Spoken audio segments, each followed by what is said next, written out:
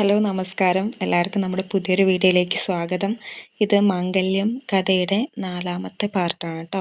ബാക്കി 3 പാർട്ടുകളും കണ്ടിട്ടില്ലെങ്കിൽ ഇപ്പോൾ തന്നെ അത് കാണുക. അത് കണ്ടതിന് ശേഷം മാത്രം ഈ പാർട്ട് കാണുക കേട്ടോ. അതിൻ്റെ ലിങ്ക് ഞാൻ ഡിസ്ക്രിപ്ഷൻ ബോക്സിൽ കൊടുക്കാം. അതല്ലെങ്കിൽ നമ്മുടെ ചാനലിൽ കയറി നോക്കിക്കഴിഞ്ഞാൽ നിങ്ങൾക്ക് കാണാൻ പറ്റും. അവിടെ മാംഗല്യം എന്ന പേരിലൊരു പ്ലേലിസ്റ്റ് ക്രിയേറ്റ് ചെയ്തിട്ടുണ്ട് കേട്ടോ. ഓക്കെ, അപ്പോൾ നമുക്ക് കഥയിലേക്ക് കിടക്കാം. സന്ധ്യയുടെ ഇളം വെളിച്ചം ഗ്രാമവഴികളിലാകെ പരന്നിരുന്നു.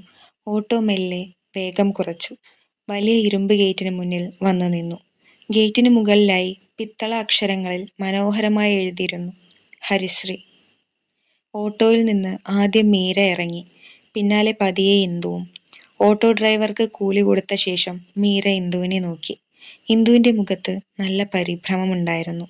അവളുടെ കണ്ണുകൾ ആ വലിയ വീട്ടിലേക്കായിരുന്നു. വിശാലമായ മുറ്റം, നന്നായി വെട്ടിയൊരുക്കിയ പൂന്തോട്ടം, ഇരുവശങ്ങളിലും പൂത്തു നിൽക്കുന്ന ചെമ്പരത്തിയും മുല്ലയും, ദൂരെയായി കാണുന്ന വലിയ തറവാട് വീട്.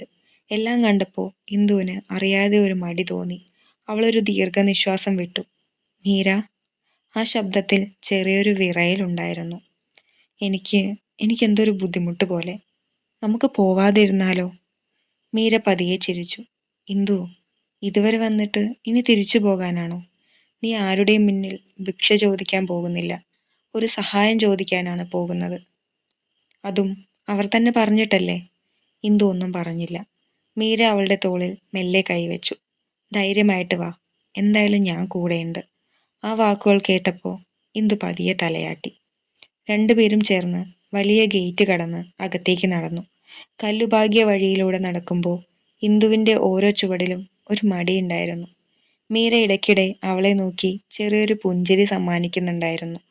സിറ്റ് ഔട്ടിനടുത്തെത്തിയപ്പോൾ അവിടെ ജോലിക്കാരനായ ഒരു മധ്യവയസ്കൻ അവരെ കണ്ടു. അയാൾ മെല്ലെ അടുത്തേക്ക് വന്നു. ആരെയാണ് കാണേണ്ടത് മോളെ? മീര വിനയത്തോടെ മറുപടി പറഞ്ഞു. ജാനകിയമ്മയെ ഒന്ന് കാണാനായിരുന്നു. ഞങ്ങൾ സ്കൂളിൽ നിന്ന് വരുന്നതാണ്. അയാൾ തലയാട്ടി. ഒരു മിനിറ്റ്, ഞാൻ പറഞ്ഞിട്ട് വരാം. അയാൾ അകത്തേക്ക് നടന്നു. ഇന്ദുവിൻ്റെ കൈകൾ വിയർക്കുന്നുണ്ടായിരുന്നു. അവൾ അറിയാതെ തന്നെ തൻ്റെ സാരിയുടെ അറ്റം വിരലിൽ ചുരുട്ടിപ്പിടിച്ചു. മീര അത് ശ്രദ്ധിച്ചു. ഇത്ര ടെൻഷൻ എന്തിനാ? എല്ലാം ശരിയാകും. ഇന്ദു ചെറിയൊരു പുഞ്ചിരി വരുത്താൻ ശ്രമിച്ചു. പക്ഷേ ആ പുഞ്ചിരി കണ്ണുകളിലേക്ക് എത്തിയില്ല. കുറച്ച് നിമിഷങ്ങൾക്ക് ശേഷം അകത്തു നിന്ന് അതേ ജോലിക്കാരൻ തിരികെ വന്നു. വരൂ മോളെ, ജാനകിയമ്മ അകത്തുണ്ട്. കണ്ടോളാൻ പറഞ്ഞു. മീര ഇന്ദുവിനെ ഒന്ന് നോക്കി. വാ. ഇന്ദു മെല്ലെ തലകുലുക്കി. രണ്ടുപേരും ഹൃദയമിടിപ്പ് അല്പം കൂടിയ മനസ്സുമായി ഹരിശ്രീയുടെ അകത്തേക്ക് നടന്നു കയറി. ഹരിശ്രീയുടെ വിശാലമായ വരാന്ത കടന്ന് മീരയും ഇന്ദുവും പതിയെ അകത്തേക്ക് നടന്നു. വീടിനകത്താകെ ഒരു പ്രത്യേക ശാന്തതയായിരുന്നു. ചുവരുകളിൽ പഴയ ചിത്രങ്ങൾ, മരത്തിൽ തീർത്ത മനോഹരമായ ഫർണിച്ചറുകൾ, വലിയ ജനലുകളിലൂടെ അകത്തേക്ക് വീണ സന്ധ്യയുടെ ഇളം വെളിച്ചം ആ വീടിന് ഒരു പ്രത്യേക ഗാംഭീര്യം നൽകുന്നുണ്ടായിരുന്നു. അകത്ത് ഹാളിൽ സോഫയിലിരുന്ന് എന്തോ അക്കൗണ്ട് ബുക്കുകൾ നോക്കുകയായിരുന്നു ജാനകിയമ്മ. അവരെ കണ്ടതും അവർ മുഖമുയർത്തി. ഒരു നിമിഷം ആ മുഖത്ത് ഒരു പുഞ്ചിരി വിരിഞ്ഞു. വാ മക്കളെ, വരൂ. അവർ എഴുന്നേറ്റ് അവരുടെ അടുത്തേക്ക് നടന്നു. ഇന്ദുമോളെ, എന്താ വിശേഷം? ഇന്ദുവിന് ഒന്നും പറയാൻ കഴിഞ്ഞില്ല. അവളൊരു ചെറിയ പുഞ്ചിരി വരുത്താൻ ശ്രമിച്ചു. പക്ഷേ കണ്ണുകളിൽ നിറഞ്ഞിരുന്ന സങ്കടം അത് അനുവദിച്ചില്ല. ജാനകിയമ്മ അത് ഒറ്റ നോട്ടത്തിൽ തന്നെ മനസ്സിലാക്കി. അച്ഛനെ എങ്ങനെയുണ്ട് മോളെ? ആ ചോദ്യം കേട്ടതും ഇന്ദുവിൻ്റെ കണ്ണുകൾ വീണ്ടും നിറഞ്ഞു.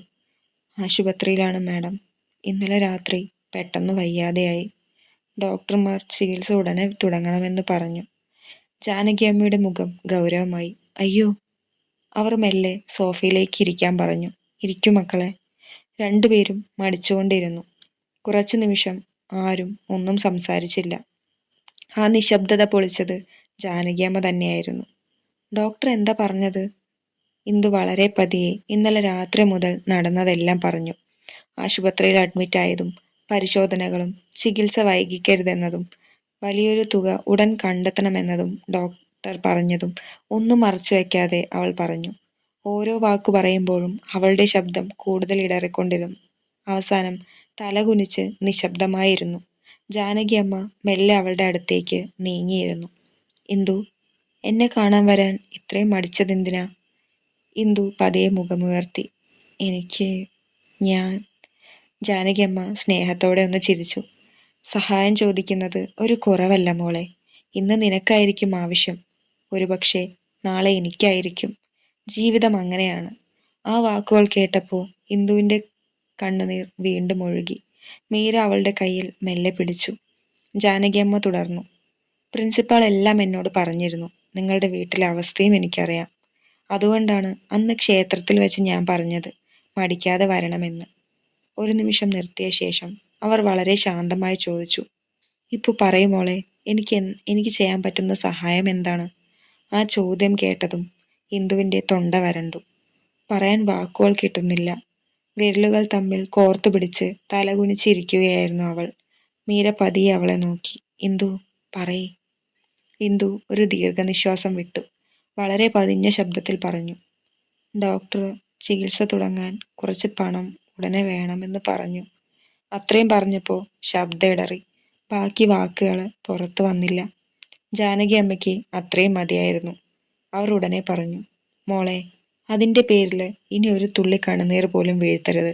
നമുക്ക് ആദ്യം രാഘവേട്ടൻ്റെ ചികിത്സ തുടങ്ങാം. ബാക്കി കാര്യങ്ങൾ പിന്നെ നോക്കാം. ആ വാക്കുകൾ കേട്ട നിമിഷം ഇന്ദുവും മീരയും ഒരുപോലെ ജാനകിയമ്മയെ നോക്കി.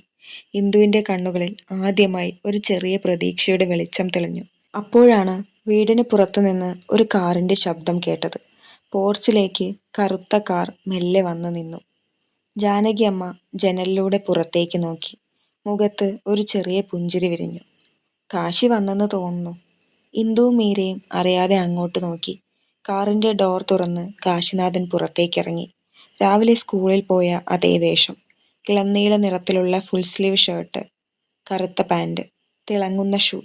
കയ്യിൽ കാറിൻ്റെ കീ കറക്കിക്കൊണ്ട് പതിവ് ഗൗരവത്തോടെ അവൻ വീട്ടിലേക്ക് നടന്നു. മുഖത്ത് യാതൊരു ഭാവവുമില്ല.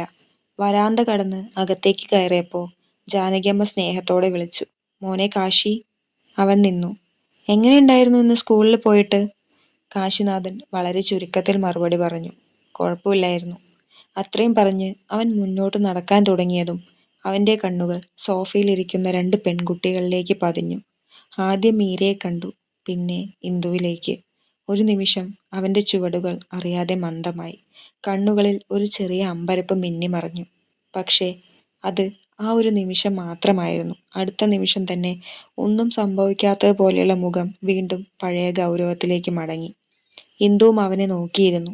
രണ്ടുപേരുടെയും കണ്ണുകൾ ഒരു നിമിഷം തമ്മിൽ കൂട്ടിമുട്ടി. പക്ഷേ കാശിനാഥൻ മെല്ലെ നോട്ടം മാറ്റി അകത്തേക്ക് നടക്കാൻ തുടങ്ങി. അപ്പോഴാണ് ജാനകിയമ്മ വീണ്ടും വിളിച്ചത്, മോനെ. കാശിനാഥൻ തിരിഞ്ഞു. ഒരു ചായ എടുക്കട്ടെ? വേണ്ടമ്മ. ശാന്തമായ മറുപടി. അത്രയും പറഞ്ഞ് അവൻ നേരെ മുകളിലേക്കുള്ള പടികൾ കയറി. മീര അവനെ നോക്കി നിന്നു. രാവിലെ സ്കൂളിൽ കണ്ട അതേ ഗൗരവം. വീട്ടിലും ഒരു മാറ്റവുമില്ല. ജാനകിയമ്മ വീണ്ടും ഇന്ദുവിൻ്റെ നേർക്ക് തിരിഞ്ഞു. മോളെ, ഏത് ആശുപത്രിയിലാണെന്നാ പറഞ്ഞത്? മേനോൻസ് ഹോസ്പിറ്റൽ. ഇന്ദു പതിയെ പറഞ്ഞു. മേനോൻസിലാണോ? ജാനകിയമ്മ ഒന്ന് ചിരിച്ചു. ഹോസ്പിറ്റൽ ഓണർ മേനോൻ കാശിയുടെ അച്ഛൻ്റെ ഏറ്റവും അടുത്ത സുഹൃത്തായിരുന്നു. ഞാൻ ഇപ്പോൾ തന്നെ വിളിക്കാം. ആദ്യം ചികിത്സ തുടങ്ങട്ടെ, ബാക്കി കാര്യങ്ങൾ പിന്നെ നോക്കാം. ഇന്ദുവിൻ്റെ കണ്ണുകൾ വീണ്ടും നിറഞ്ഞു. മാഡം, ഞങ്ങളിതെങ്ങനെ? ജാനകിയമ്മ ഉടനെ അവളുടെ വാക്ക് തടഞ്ഞു. അതൊന്നും ഇപ്പോൾ പറയണ്ട. നിനക്ക് അച്ഛനെ നോക്കാനുള്ള സമയമാണിത്. പണത്തിൻ്റെ കാര്യം ഞാൻ നോക്കിക്കോളാം. ആ സമയത്താണ് അകത്ത് നിന്ന് മുത്തശ്ശി മെല്ലെ നടന്ന് ഹാളിലേക്ക് വന്നത്. അവരുടെ പിന്നാലെ മാധവനും ഭാര്യ ശാരദയും പിന്നെ അനുവും. എന്താ ജാനകി, ആരൊക്കെയാ വന്നിരിക്കുന്നത്? മുത്തശ്ശി ചോദിച്ചു. ജാനകിയമ്മ എഴുന്നേറ്റു. അമ്മേ, നമ്മുടെ സ്കൂളിലെ ടീച്ചർമാരാണ്. ഇതാണ് ഇന്ദുലേഖ, രാഘവേട്ടൻ്റെ മകൾ. രാഘവേട്ടന് സുഖമില്ല, ആശുപത്രിയിലാണ്. ചികിത്സയ്ക്ക് കുറച്ച് ബുദ്ധിമുട്ടുണ്ട്. മുത്തശ്ശിയുടെ മുഖം വാടിപ്പോയി. അയ്യോ, പാവം കുട്ടി. അവർ പതിയെ ഇന്ദുവിൻ്റെ അടുത്തേക്ക് വന്ന് തലയിൽ സ്നേഹത്തോടെ കൈവച്ചു. വിഷമിക്കണ്ട മോളെ, എല്ലാം ശരിയാവും. എന്നാൽ അരികിൽ നിന്നിരുന്ന ശാരദ അത്ര തൃപ്തിയോടെ നിന്നില്ല. അവൾ മാധവനെ ഒന്ന് നോക്കി.